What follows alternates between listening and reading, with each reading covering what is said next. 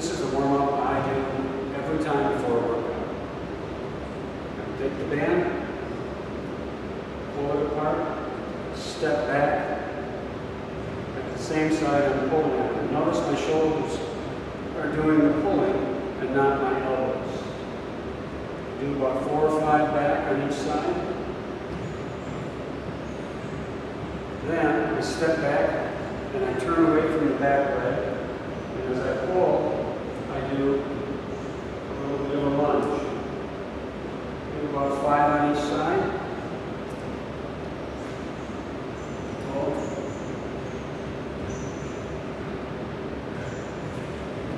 Then I take my feet a little wider, take this up high. Then I lean to one side and pull. And then the other side and pull. Really good for the shoulders and the trunk. One sec, Dad.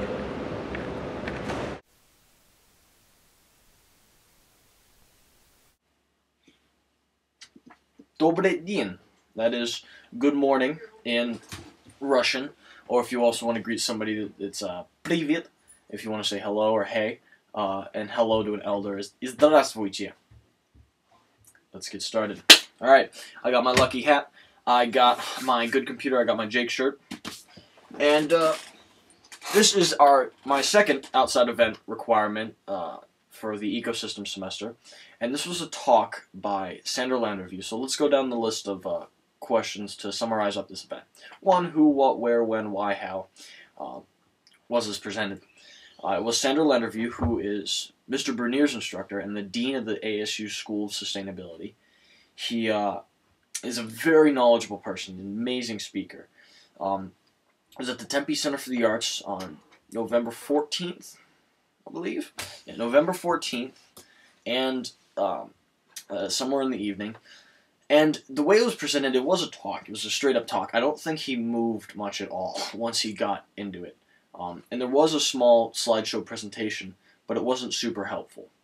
I'll get a little bit more into how it was presented and if we thought it was effective in the next few questions. But otherwise, yeah, it was a straight-up talk with a small presentation. So, what was the purpose and meaning for this event? It was to summarize up this man's wealth of knowledge into basically an hour and a half. And he's gained this wealth of knowledge through being in sustainability as well as being an archaeologist.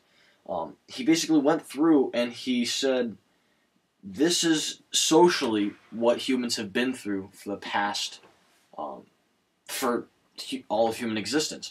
And what he got across to us was, or at least from what I got from it was, we started adapting to our environment, changing ourselves to the environment, migrating, moving with it, and then we settled down. We were still adapting to the environment, but we waited stuff out. We sat down, we said, okay, I'm going to adapt to this specific environment. And then we went into focusing on social issues, more social issues, and then we went on to changing our environment through innovation. Now, again, that may not be exactly what his point was, but that's what I got from it. The way he presented this was really cool, and I have a few props here to help explain. But he said, first we took something, like we took a rock. This is some type of turquoise and quartz. When we started to settle down, or not, before we started to settle down, we made tools where we would take this and we'd knock parts away. We'd knock parts away and make an axe, or we'd knock parts away and make an arrow. And then we went to, instead of knocking parts away, we started building things around other things, and this is where we got baskets and water jugs and houses and things like that. And then we started to focus less on that, and we started to focus more on this. Money. We started to focus on social issues. We started to focus on kings and queens and power and things of that nature. And that's how humans have really evolved through. He put it in 4 stages, which was kind of cool, or which was really cool. And I will try. I would look on the ASU School of Sustainability if they did videotape it, and if they did, it is a wonderful talk to listen through. I believe the next question is do I feel if it was effective in what I was trying to get across? It was, and it wasn't. Like, to a room full of sustainability students, not only from Crest, but the ASU School of Sustainability, it was an amazing talk, because we listened to the information, we said, alright, I'm going to sit down for an hour and a half, and I'm going to soak up as much knowledge as I can. And it was really interesting. But to somebody that wasn't interested in sustainability, or wasn't willing to sit down and just kind of listen to this dude lecture and talk, I don't mean lecture in a negative way, I mean just talk constantly, it could have gotten a little boring, and I think they would have lost the point. Like, I was struggling to keep up with him at times. And that's because he was summarizing his entire wealth of knowledge into an hour and a half, which is somewhat impressive. And so, but yeah, it got it across to those that were interested, but those that weren't, it wasn't. Oh, also another cool thing, a lot of different people go. Like, there was a lot of ASU School sustainability students, but there's dudes there that I go longboarding with on the weekends, which is pretty cool. I was like, wait, weren't you up at Mill Hill? It's like, yeah, I was. Oh, cool. So I think everybody can really enjoy this talk.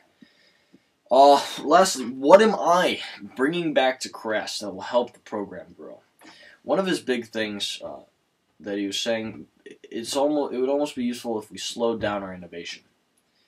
And not saying that we stop inventing, and not saying that we stop trying to make our lives better, but let's stop trying to make them better with useless things. Like, I do not need another Snuggie. There does not need to be a patent on this shirt. Like, we do not need a new phone every 6 months, you know? So, I think that's something, I think that mindset we should use for next semester when we're doing our research and trying to think of ideas. Maybe we don't have to be totally original, but maybe what we can do is build off what other people have done. Like, when I saw Chantel's STEM collaborative research, I was thinking, man, there were some experimental errors in it, not big, but what if I tested what they didn't test, which was sugarcane waste and things like that, along with biosand. So, yeah, I think this is something that since freshmen are going to be doing STEM collaborative now, I think this is something that we need to start them on right away. Like, hey, it's not always important to be super original with it. You can build off other people's topics, you know? So, that's my spiel. And this is Vidania.